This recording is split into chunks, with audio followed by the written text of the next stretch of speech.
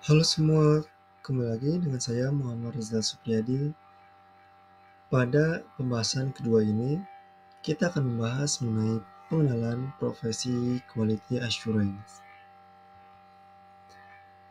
Ada 4 poin yang menjadi pembahasan pada video kali ini. Yang pertama, tugas seorang QA. Yang kedua, kenapa QA dibutuhkan. Yang ketiga, peran dan tanggung jawab QA. Yang keempat, kemampuan yang dibutuhkan seorang QA. Nah, yang pertama tugas seorang QA. Tugas Quality Assurance tidak hanya melakukan pengujian setelah software selesai dibuat, melainkan QA turut berkontribusi dalam memastikan kualitas produk atau software yang dikembangkan dan terdeliver dengan baik sejak saat produksi hingga siap dipublish ke publik atau digunakan oleh pengguna. Jadi proses quality assurance mencangkup semua proses pengembangan software dari tahap planning hingga publish. Nah, kenapa quality assurance dibutuhkan? Quality assurance dibutuhkan untuk membantu mengurangi resiko kegagalan selama tahap pengembangan dan pengoperasian. Ketika cacat terdeteksi dan kemudian diperbaiki. Selain itu, tentunya pengujian diperlukan untuk memenuhi standar kualitas yang telah ditentukan. Nah, di sini ada peran dan tanggung jawab seorang QA. Yang pertama, ada perancangan dan pengembangan proses. Nah, dalam perancangan dan pengembangan proses, QA bertanggung jawab untuk merancang, mengembangkan, dan memelihara proses-proses yang dapat menjamin kualitas produk dan layanan.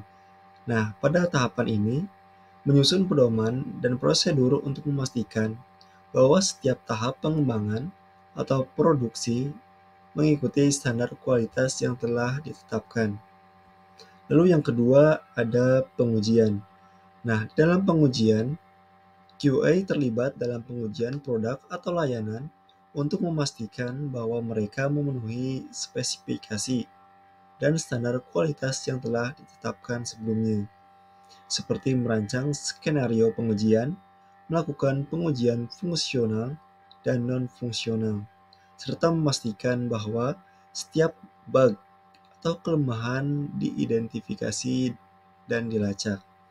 Lalu yang ketiga ada analisis resiko. Nah, di dalam analisis resiko, QA melakukan analisis resiko untuk mengidentifikasi potensi masalah atau hambatan yang dapat mempengaruhi kualitas produk atau layanan pengembangan strategi untuk mengurangi atau mengatasi resiko-resiko yang diidentifikasi. Nah, yang keempat ada pemantauan dari kinerja.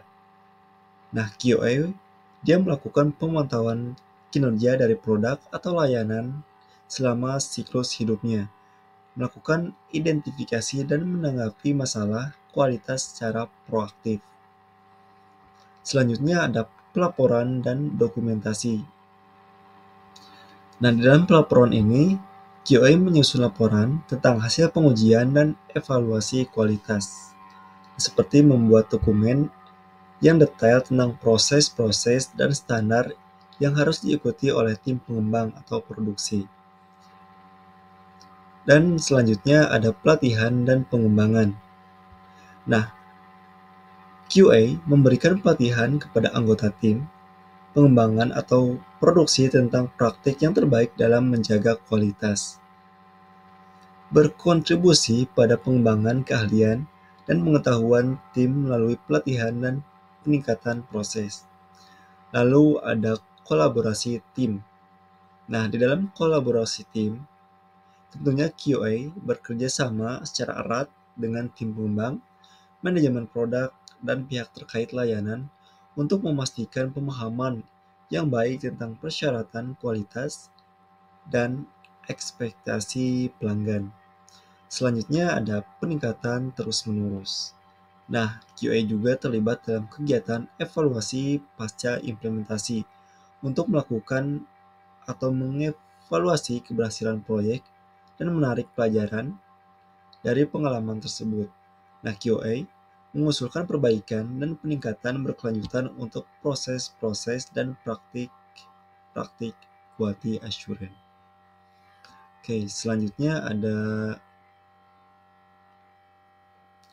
peran dan tanggung jawab QA atau kemampuan yang dibutuhkan oleh seorang QA. Nah, di sini anggap saja ini adalah kemampuan yang dibutuhkan oleh seorang QA. Yang pertama adalah pemahaman bisnis.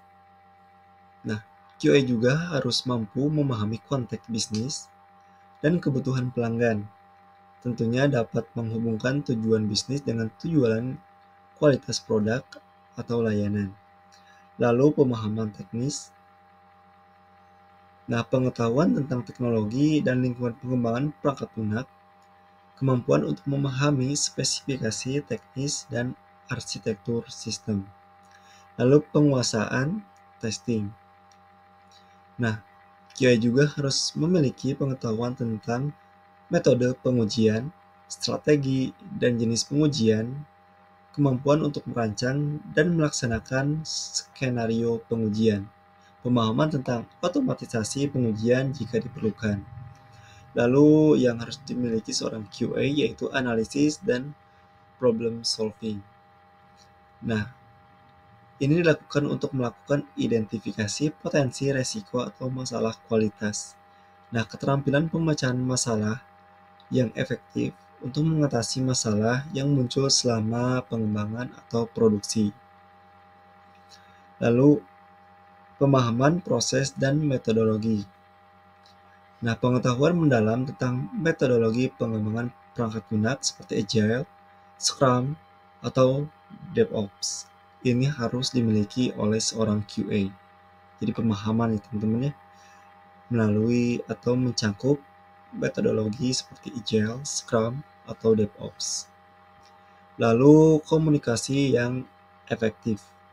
Nah, tentunya dalam QA juga dia harus mempunyai kemampuan untuk berkomunikasi dengan jelas dan efektif dengan anggota tim pengembang, manajemen produk, dan pemantauan kepentingan lainnya. Lalu manajemen waktu dan prioritas. Nah, QA harus memiliki kemampuan untuk mengelola waktu dengan baik dan memprioritaskan tugas-tugas sesuai dengan urgensi, teman-teman, urgensi ya, dan dampak terhadap kualitas produk. Jadi yang lebih diutamakan adalah yang paling penting terlebih dahulu atau urgent. Nah, yang selanjutnya, kemampuan kerja tim. Nah, QA tentunya mampu bekerja sama dengan tim dan berkolaborasi dengan anggota tim lainnya. Keterampilan diplomasi dan ketangkasan dalam mengenali dinamika tim. Lalu selanjutnya orientasi pada kualitas. Nah, untuk orientasi ini tentunya QA juga harus memiliki kesadaran, kepedulian, kewaspadaan terhadap detail untuk mengidentifikasi potensi atau masalah yang terjadi pada kualitas. Lalu kemampuan pembelajaran yang cepat. Nah, kemampuan pembelajaran yang cepat tentunya dapat menyesuaikan diri dengan perkembangan teknologi, alat pengujian baru, dan praktik-praktik terbaik industri. Lalu etika profesional. Nah, ini tentunya penting dibutuhkan oleh seorang QA, yaitu kepatuhan terhadap etika profesional dan kepatuhan terhadap standar industri. Lalu yang terakhir ada keterampilan manajemen konflik. Nah, QA tentunya memiliki kemampuan untuk mengatasi konflik dan ketegangan dalam tim dengan cara yang konstruktif. Dengan kombinasi kemampuan-kemampuan tersebut, tentunya seorang QA dapat membantu memastikan bahwa produk atau layanan yang dihasilkan sesuai dengan standar dan kualitas yang diinginkan. Mungkin sekian untuk materi kedua ini tentang quality assurance dan pengenalan profesi quality assurance. Oke, mudah-mudahan video ini bermanfaat. Jangan lupa like, komen, dan subscribe. Terima kasih telah menonton. Assalamualaikum warahmatullahi wabarakatuh.